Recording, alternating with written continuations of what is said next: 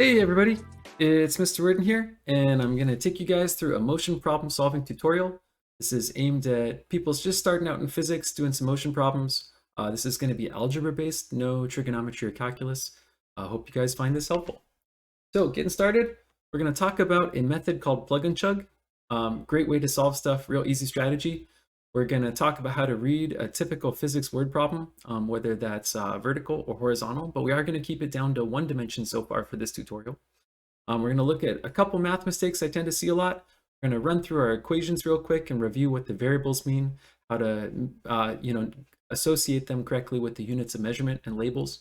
And then we're going to get a little practice on the first handout if you guys are in my class, or hopefully you can just follow along with some of the problems we'll be using. So that's the plan. Before we get going, hopefully you've already learned a little bit about motion graphs. What we got here is a vertical set of graphs. So this is one set right here vertically. It's a distance, velocity, and acceleration graph, all measured over time. And what you notice about this is we have no velocity, no speed. Because of that, we're not moving. So whatever position we start with is the same as the position we end with. We got another pattern, this vertical column here, the second column, where if we do have speed, then what you notice about the distance graph is that our distance is steadily changing. In this case, steadily increasing. Each chunk of time, we go up by the same amount. So we get a nice steady slope, makes that straight line, that diagonal. And then third option is if we are changing speed, then our velocity is going to be changing. If we're accelerating, in this case, it's picking up by the same amount each time. So we're steadily getting faster and faster. And as a result, maybe at the beginning, we weren't moving a whole lot, like not a lot of change in distance over time. But the longer we wait, the bigger our change in distance over time is as we get faster and faster and start to cover more.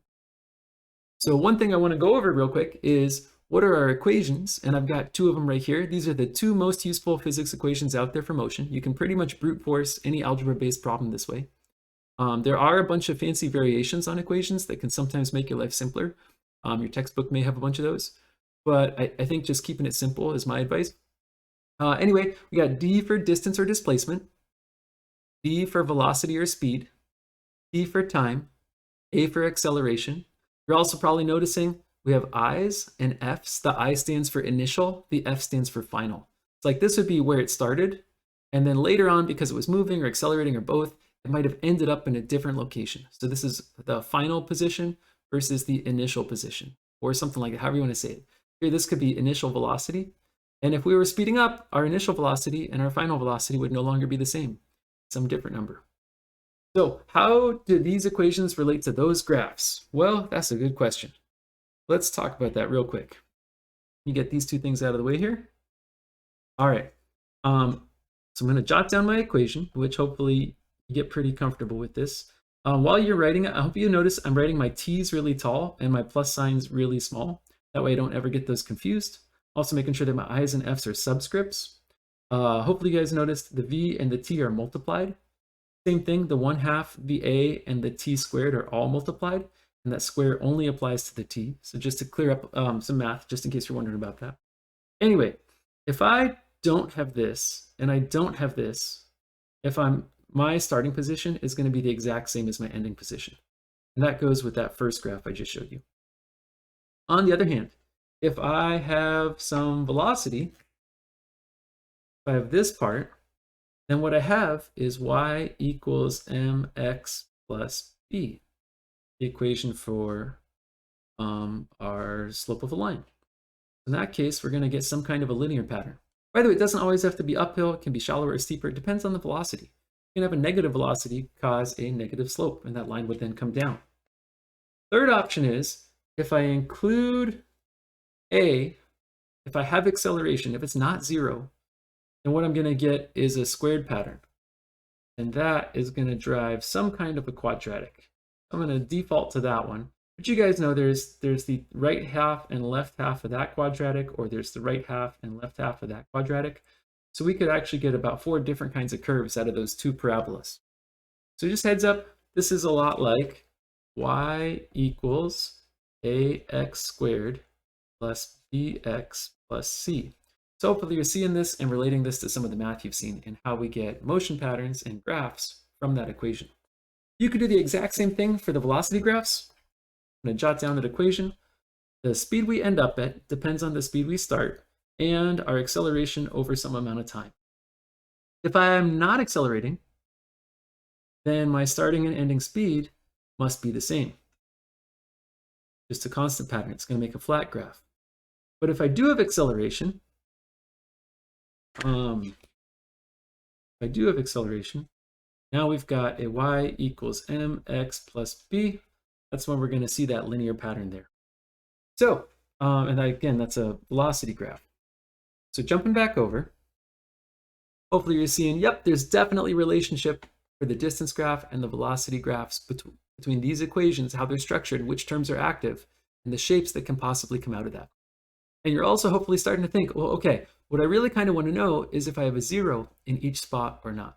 I could have 0 speed and 0 acceleration, and that would totally change the shape of this thing overall.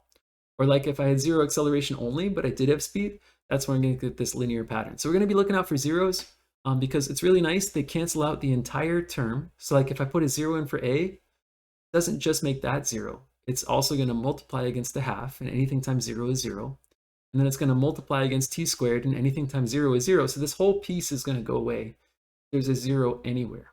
Same thing here, same thing here. A 0 is going to take out an entire term, the whole piece of it. Just hold that in the back of your head for a sec, because we like zeros, they make our math easier. All right, now we've been kind of giving you guys a quick rundown on the variables. And what I want you to notice with this table here, we can talk more about scalars and vectors another time, but here's some different vocab, kind of mean roughly the same thing, not quite, pretty close. What I want you to notice is the units. The units of measurement, or the way the number gets labeled, it tells us a lot about where we're going to put that number later. So when we're trying to read the word problem and figure out what numbers we have to work with, what we're going to have to do is assign each number to a location in the equation. We're going to assign it to a variable that's called listing our givens. And meters goes with distance. Meters per second goes with velocity or speed. Meters per second squared goes with acceleration. And seconds goes with time. These are pretty much your main problem-solving units in physics. We tend to stick to the metric system, and then usually on this scale too. You could see some different units potentially in some unusual cases, but that's usually the case. Meters for distance, meters per second for velocity, meter per second squared for acceleration, and seconds for. All right, now as you're reading, they're not going to give us nearly as many numbers as we'd like. Physics problems are notorious for making you rely on the context and thinking about the situation that you're reading about. They're also pretty notorious for hiding some givens that's going to take you a while to get used to reading them and spot. So here's kind of my short list of top things to know when you're trying to read a physics problem. It says it starts from rest. It's a very old-fashioned wording for it's not moving yet. It's got a velocity of 0. And which velocity, the initial one or the final one? It's starting from rest, so we're going to assign initial velocity, or VI. We're going to put a 0 in there. If we ever hear starts from rest. If you ever hear constant velocity, or constant speed, or just cruising, or not changing speed, or anything like that, that's a direct, pretty obvious clue to put a 0 in for the acceleration. Not changing speed, it isn't accelerating. Another one you might hear is apex, highest point or peak of a trajectory. And so I'll give you an example of this. Let's say I throw this pen upward. It's going up and it's going up and it's going up, slowing down, slowing down, slowing down. It stops ever so briefly. And now it's starting to go faster and faster downward. And it's going to pick up more and more negative speed. When it had upward speed, it wasn't at the highest point yet. When it had downward speed, it was already past its highest point. It's at its highest point right when it runs out of speed on the y-axis, right when it runs out of velocity in this direction. What we're going to do, if we need to solve for that coordinate, is we can set the final velocity on the y-axis to 0. And if we do that, it must be the highest point, kind of by definition of what a trajectory is. The other thing we can do is a lot of the time our trajectories are going to be symmetrical, like right and left side of parabola, both nice and even. And if we've already solved the beginning and middle, we can kind of mirror image that information around, think about it a little bit, and apply that to the other half that we haven't solved yet. And we can expedite our problem solving quite a bit. So do a lot less math, figure stuff out a lot quicker. So symmetry is a great problem solving concept some of the time. Just got to double check that it is in fact symmetrical, not like starting and ending at uneven heights or something, but usually that's going to be the case. Next up, anytime something is supported, like this pen is being supported by my hand, then what my hand is doing is it's applying enough force to cancel out gravity. And so this pen is not accelerating right now. But if I get my hand out of the way, it's going to accelerate at the gravitational field strength produced by Earth on or near the surface of Earth, and this is pretty much the same number all the time, it's going to be negative 9.8 meters per second squared. That's true like from the ground level, even like down in a mine. That's true all the way up through airplanes, maybe even up through low orbit, close enough. Unless you need to be like really, really accurate, like you're working for NASA or something. So I would say, why don't we even just round it to negative 10? Makes the math nice and easy. So we're going to use an acceleration of negative 10 meters per second squared on the y-axis, this direction, anytime we think something's unsupported, could be in free fall. And onto that last one there, if we are deaccelerating, what we're doing is we're making sure that our acceleration is opposite of our velocity. So an example real quick here. Does a negative acceleration automatically mean that you're slowing down? No. You could have a negative acceleration match up with a negative velocity, and that velocity is going to get even more negative. It's going to go faster and faster. I would just say this is in the backwards direction. You know, where of course, if we had a positive acceleration, positive velocity, what we're doing is speeding up in the forward direction. So what we really need to think about is when our accelerations and velocities are opposite signs of each other, that's a case where we're slowing down. So if you see a word problem that says deaccelerate, make sure that your acceleration is opposite in terms of the sign, you know, plus or minus of the velocity there. Those are some of our top problem solving tips. Let's see, I think that is it on these. Yep, we're gonna worry about that later, don't worry about that. So what we're gonna do is we're gonna jump over and try some problem solving out. And let me turn that on. So little box that sprung up in the top right there, that is a method called plug and chug. It's the one I'm gonna be teaching you guys. It makes word problems a lot easier. And what we're going to try to do with this is we're going to try to list the givens. And what that means is get as much information out of the word problem as possible and assign it to variables so that we can see what we have to work with. We can also start to identify what things we might be missing and need to think more about. Later, when we pick out an equation, which for right now is easy because there's only 2 equations. But as you get to higher and higher levels of physics, you add in more topics, your menu of equations starts to increase, and picking out the right one can get tricky. So by having givens listed out, you can see which equations are matching up really well, where we might only have 1 variable or at most maybe 2 variables missing, and we can try to solve that or kind of figure out some workaround like substitution or elimination. So again, picking out all the givens, both stated and unstated, really important, assigning them to variables, put them in equations, we'll plug in the numbers, and after that is just math. When we get to an answer, we're going to add our unit labels back on at the very end. I keep the unit label information off while we're problem solving because that tends to look like variables and confuse.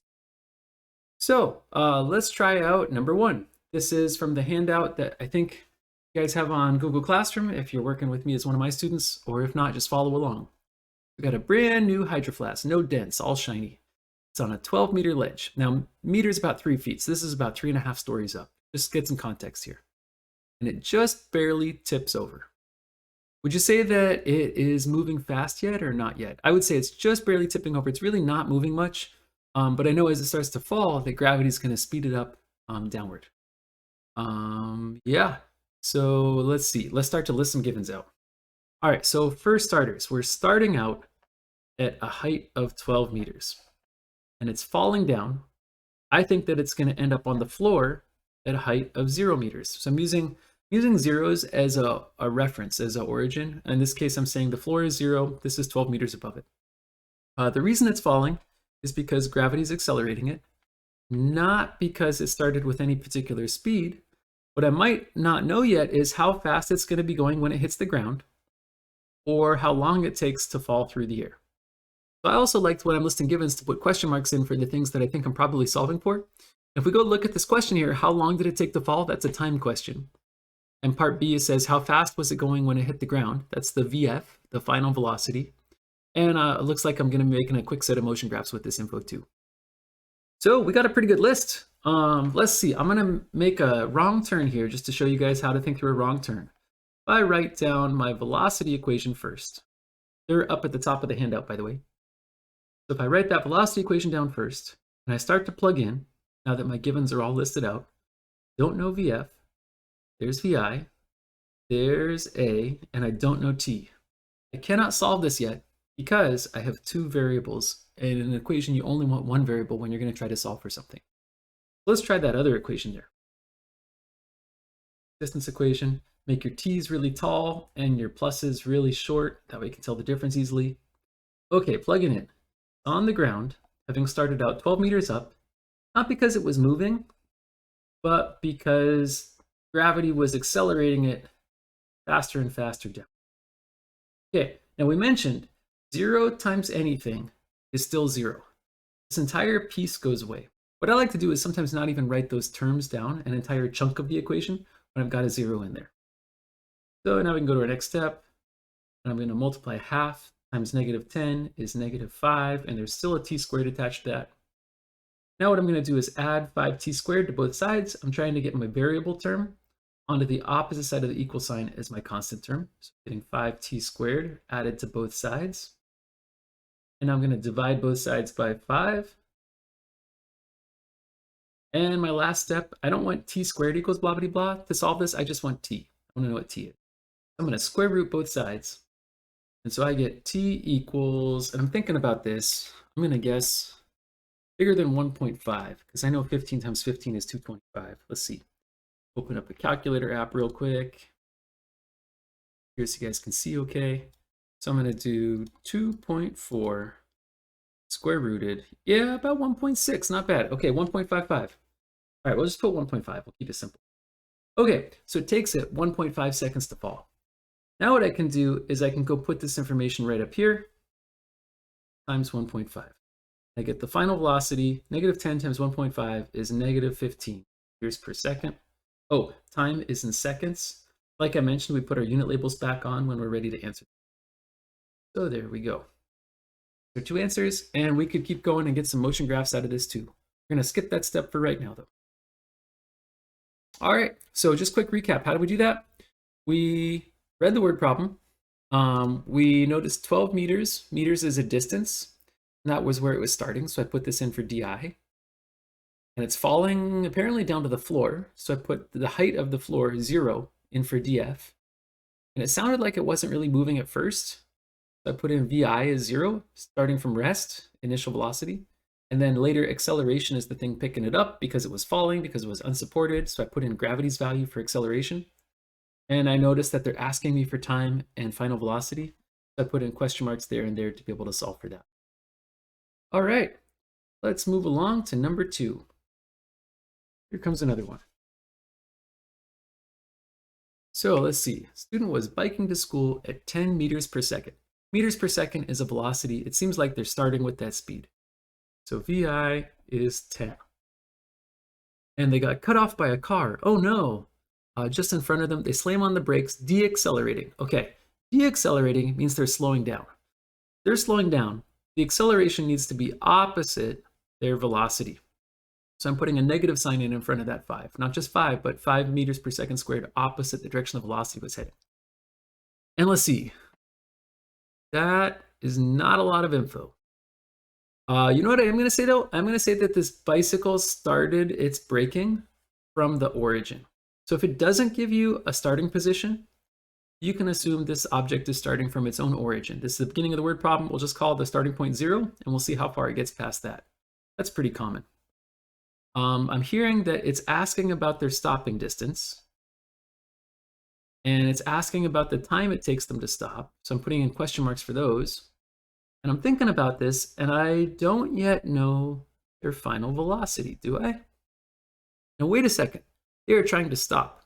What is the velocity of an object that successfully stopped? Oh yeah, 0. Okay, so again, physics word problems can be tricky because they don't straight up tell you all the variables. You need to think about the context and apply as much as you can figure out. All right. Now, of these equations, if I use the distance equation, I'm going to have a missing d and a missing t.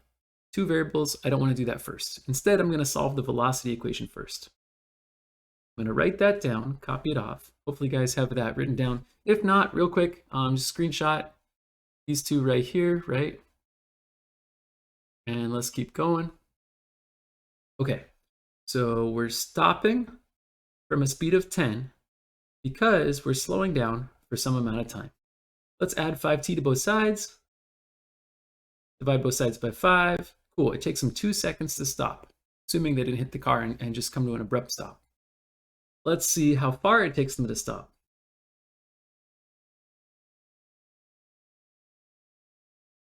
So we're trying to find out how far it takes them to stop.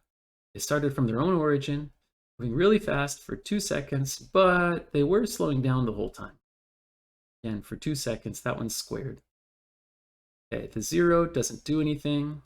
10 times 2 is 20.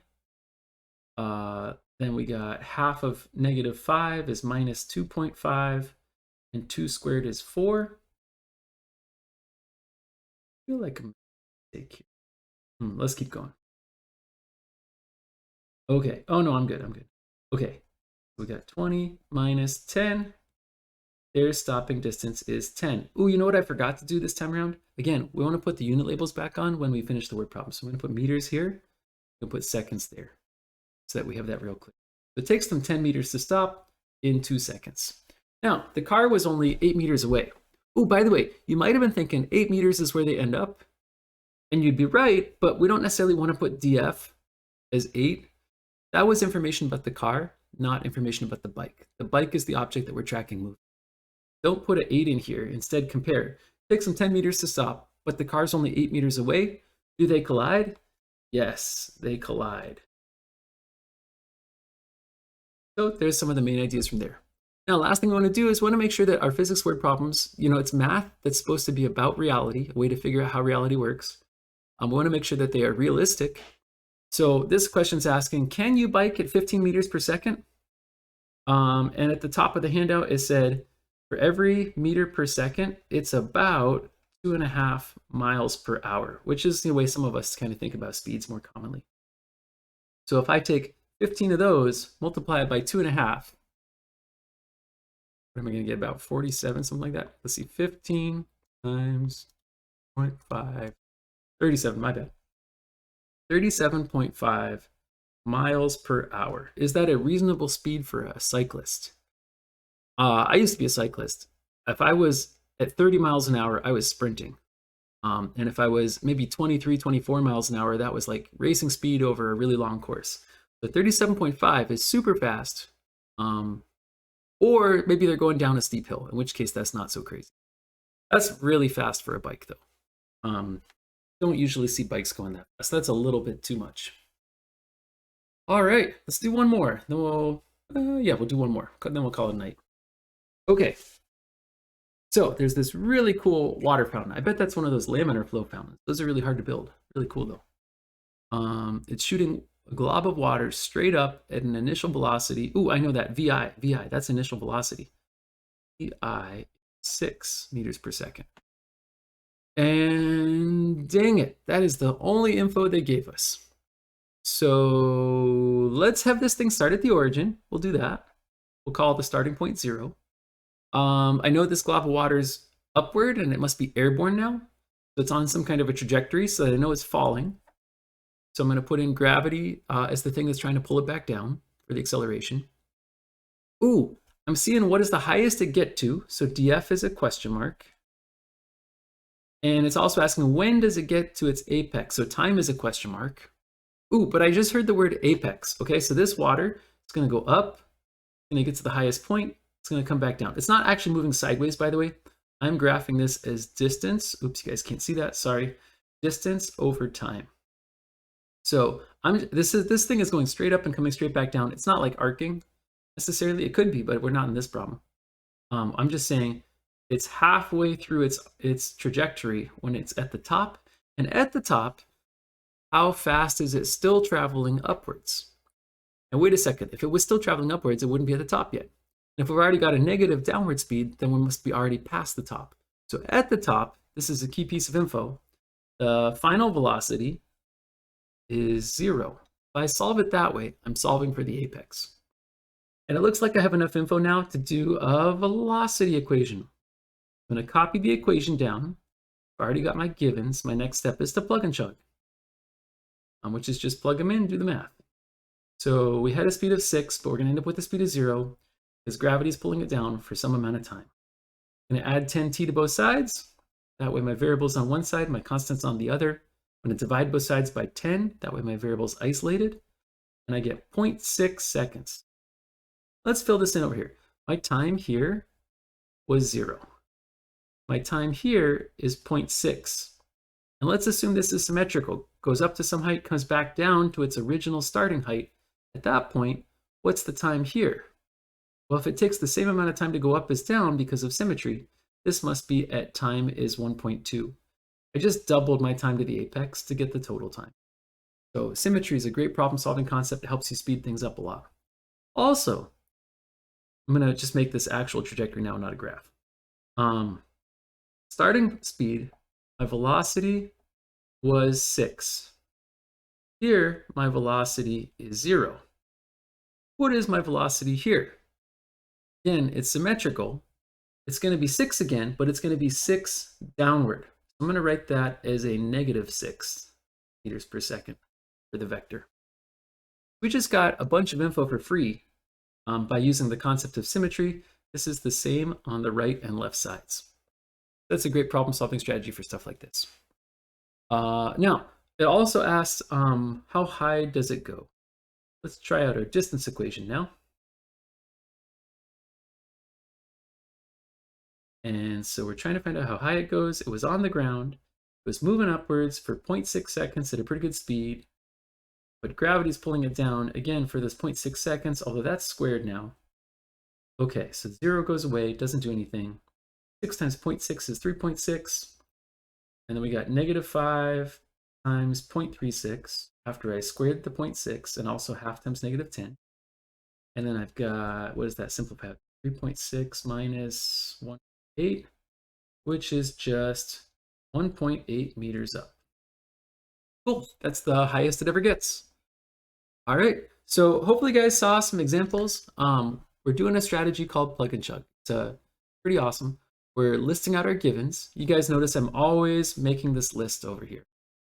That list of like which number goes with which variable, which numbers am I missing, what additional information did I get from context and clues, even though they weren't directly stated. That is really important to physics problem solving. I always recommend you guys start like that. Only maybe like 1 or 2 exceptions, you might start with an energy bar chart or like a free body diagram when we get to forces, but I'll tell you more about that. Even those problems though, this list might be your second step. So always that's a beginning step in physics problem solving. Then making sure that we're using an equation, an appropriate one, to be able to plug in the values for those givens. And then lastly, just be real careful, go through your math step by step, keep it neat and tidy, try not to make any dumb mistakes. And that's about it.